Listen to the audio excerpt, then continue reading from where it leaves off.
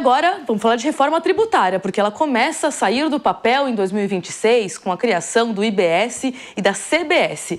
Mas essas siglas aí, o que era para ser simplificação, na verdade, gera dúvidas e esconde um período longo de transição, com 2 sistemas convivendo até 2033. Então, para entender como esse novo cenário pode afetar o agronegócio e principalmente o produtor rural, nós vamos conversar agora com a Monique Lopes. Ela é especialista contábil fiscal da Agrotis e é muito bem-vinda aqui no Hora H do Agro. Então, obrigada, Monique, pela sua participação.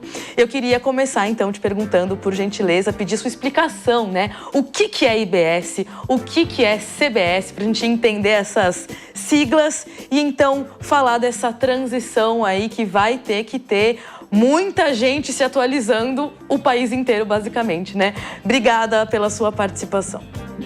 Obrigada pelo convite. Acho que vamos... primeiro, né, o IBS, ele é um imposto que ele vai substituir os nossos impostos estaduais e municipais. Então, ele vem como um imposto que vai entrar aí no lugar do ICMS e do ISS. O CBS é um imposto federal, então ele vem no lugar do PIS/COFINS, né? Então, eles são 2 impostos que a gente diz que é um IVA dual que vai acontecer no Brasil. Então, ele vem literalmente para reformular a nossa tributação. Ele vem para substituir os tributos atuais, né? Essa implementação ela já está acontecendo agora em 2026. Então, a gente está entrando aí no período de teste, que eles dizem. Então, você já consegue tributar esses impostos na sua nota, sem impacto de valor. Mas ele entra ali no seu XML dentro da sua operação. E aí, como que a gente pode trazer, então, de explicações para o agro? Porque uma das maiores dúvidas do setor é, inclusive, sobre a recuperação de créditos tributários. Existe risco de atraso, de perda desses créditos? Como que a gente pode traduzir esse novo sistema que começa a ser implantado no Brasil para o produtor rural e também para cooperativas que são fortíssimas no Brasil? Hoje o sistema atual ele vai ser substituído literalmente, então ele não vai existir.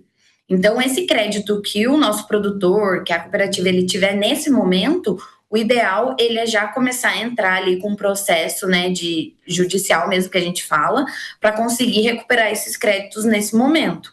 Posteriormente, ainda não temos na legislação, não temos ainda nenhum direcionamento sobre isso, que vai poder utilizar esses créditos nos impostos novos.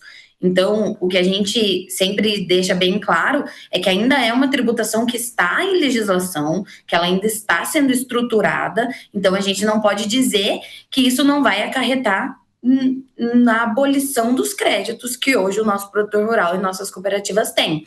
O produtor rural e a cooperativa, nessa nova legislação, eles terão uma tributação diferenciada. Então, eles têm ali já na legislação uma parte que diz que o produtor rural até 3,6 milhões, ele não é contribuinte do IBS-CBS, mas ele pode adentrar nesse tipo de tributação. É uma escolha dele própria. A cooperativa, ela vai ter um tipo de tributação separada. Então, ela vai ter o IBS-CBS, mas ela tem ali uma alíquota reduzida. Então, realmente ainda está tudo muito obscuro, eles ainda estão legislando tudo. Então, o que a gente tem que ali deixar, né, todos os produtores rurais, cooperativas, revendas também, né, do nosso agro, ela vai ter que continuar verificando as legislações, porque ainda não diz, né, o medo do produtor rural é aumentar demais essa carga tributária, e realmente pode acontecer pela legislação que temos atualmente, mas o agro ele está ali batalhando para essa redução. Então a gente ali tem a legislação já da cesta básica, que vai ter uma redução grande dos impostos, até a alíquota zero, mas como ainda estamos em período de teste, 2026, ainda tem muita coisa para acontecer, ainda tem muita legislação para sair, mas temos sim que ficar ali de olho para essa tributação não aumentar muito para a gente. Sem dúvida, Monique, sem dúvida, o produtor rural já deve estar olhando isso junto com outras coisas que ele avalia diariamente, clima, decisões da safra, e agora esse desafio. E aí, explica pra gente, então, vão ser aí, a gente está falando de até 2033, 2 sistemas tributários simultâneos no Brasil, é isso mesmo? Que cuidados que o produtor rural, então, pode ter? As empresas do agro, como que você trabalha em 2 sistemas diferentes simultaneamente?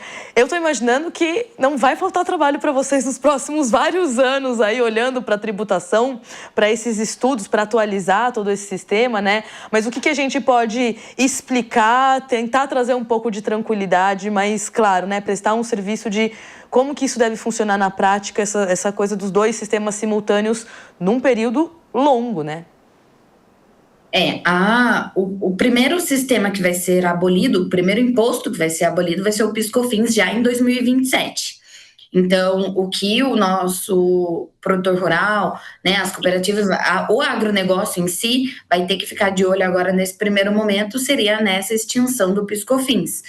E, posteriormente, nessa tributação do ICMS que vai ser sendo reduzida gradativamente.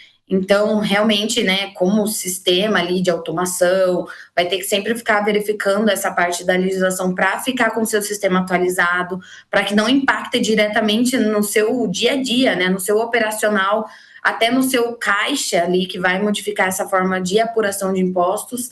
Então, a ideia, nesse primeiro momento de 2026, é você fazer esse período de teste junto ali com a Receita, que ela está soltando, né, essa nova nota, esse XML preparado, essa tributação dos seus produtos que você já tem hoje, e se atualizar realmente no seu sistema, no seu RP, na sua emissão de notas, e procurar, né, tentar ali de uma forma, em 2026, passar por esse período de teste e ficar preparado para 2027, que muda efetivamente a sua apuração, né? Que vai ter impacto direto no seu valor.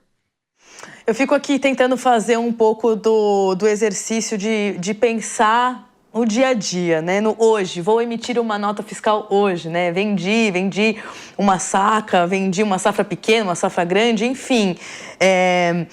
Como que vocês estão ajudando os clientes de vocês, ou pelo menos, né, dando aí a consultoria de fato, nesse cálculo da tributação? Porque quando a gente está falando de um produto, de um celular, de um copo, de qualquer coisa ali que está pronta e você emite uma nota, eu imagino que seja relativamente mais fácil de pensar nesse produto. Quando a gente está falando de safras, né, a gente está muitas vezes comercializando uma safra que nem plantada foi.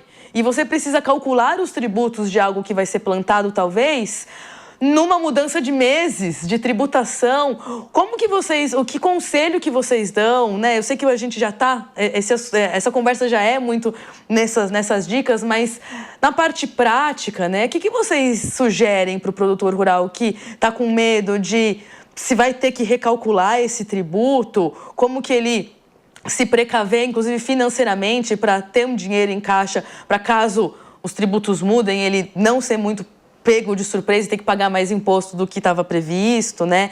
Na parte prática de estou emitindo uma nota de uma safra que às vezes nem foi plantada, que é o caso de muitas safras de muitas regiões do Brasil, quais que são as sugestões de vocês? Quais que são os primeiros passos, pelo menos, porque eu entendo que ninguém tem essas respostas preto no branco, assim, né?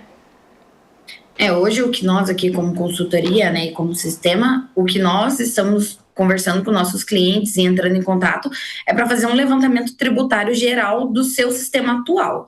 Então, levantar ali se hoje não tem nenhum problema, se hoje ele está adequado, né, ao custo, fazer um levantamento de custo futuro, até de contratos futuros, para, né, se precaver ali num contrato que talvez em 2027 mude esse valor. Então, hoje, como consultoria tributária, né, e sistema de automação, de emissão de notas, o que nós estamos fazendo é estar ali junto com o nosso cliente para configurar essa tributação dentro do nosso sistema, ajudar nessa emissão de nota, né, verificar todo esse cenário, né, nós temos também emissores de serviço aqui, né, conosco, então também temos a situação ali da virada da nota nacional de serviço. Então, literalmente, nós estamos muito próximos dos nossos clientes para auxiliar nessa parte tanto de configuração de emissão de nota, basicamente, também nessa reestruturação lógica de tributos. Então, é realmente você revisar ali, né, seus produtos, analisar a tributação nova, verificar o seu custo, né? Se hoje você talvez tenha um caixa ali na virada de chave, né? Na virada de apuração, para você se precaver e não ter, né, em vez de lucro, você ter um prejuízo, né, nessa nova tributação. Então, realmente, a gente está todo mundo muito próximo para que auxilie o nosso cliente e o nosso cliente não saia perdendo nesse momento. Porque, realmente, o tributo anterior com o tributo novo, nós estamos ali diariamente auxiliando aqui e gerando até BIs para o nosso cliente, para auxiliar nessa gestão de custo. Então, nós estamos bem próximos mesmo para que tudo não trave nenhum cliente e o faturamento continue e os lucros continuem também aí por anos, né? Não seja pego de surpresa, né? Acho que eu ia falar isso também. O produtor rural precisa estar muito ciente se o próprio contador ou o escritório contábil está se atualizando para não ser pego de surpresa numa mudança, né? E aí eu ia te perguntar, e você já antecipou um pouquinho, mas é isso, eu dei o exemplo das sacas, né? Da comercialização de produtos. E serviços? Porque serviços no agro também estão aumentando muito nos últimos anos, né? A gente vê grandes multinacionais que antes só vendiam produtos, hoje também tendo plataformas de serviço. Tem toda uma... Falou das revendas que vendem produtos, mas muitas revendas também prestam serviços de assistência técnica, extensão rural ali, né? O que muda olhando para serviços especificamente e o que você também destaca, chama atenção para quem é prestador de serviço no agronegócio e pode ser impactado por essa mudança tributária? Talvez o serviço ele tenha um impacto maior, porque hoje a tributação de serviço ela é menor, né? Então ela gira ali entre 2% e 5% de ISS. Hoje, com a entrada do IBS, talvez isso aumente um pouco. Essa carga tributária ela vai ser em todos os serviços, né? Na emissão da nota ali, ela vai ter que sair com todos esses serviços tributados que hoje não tem. Hoje também, em questão de sistemática, nós temos várias integradoras de prefeituras. Então, não é um local só que emite essa nota. Com a virada da reforma, a gente vai entrar com o ambiente nacional de emissão de nota. E esse, hoje, é uma grande preocupação para os nossos clientes, para os nossos fornecedores. Porque essa emissão, ela está sendo muito morosa no site nacional. A ideia, né, do nacional é que todos sejam centralizados.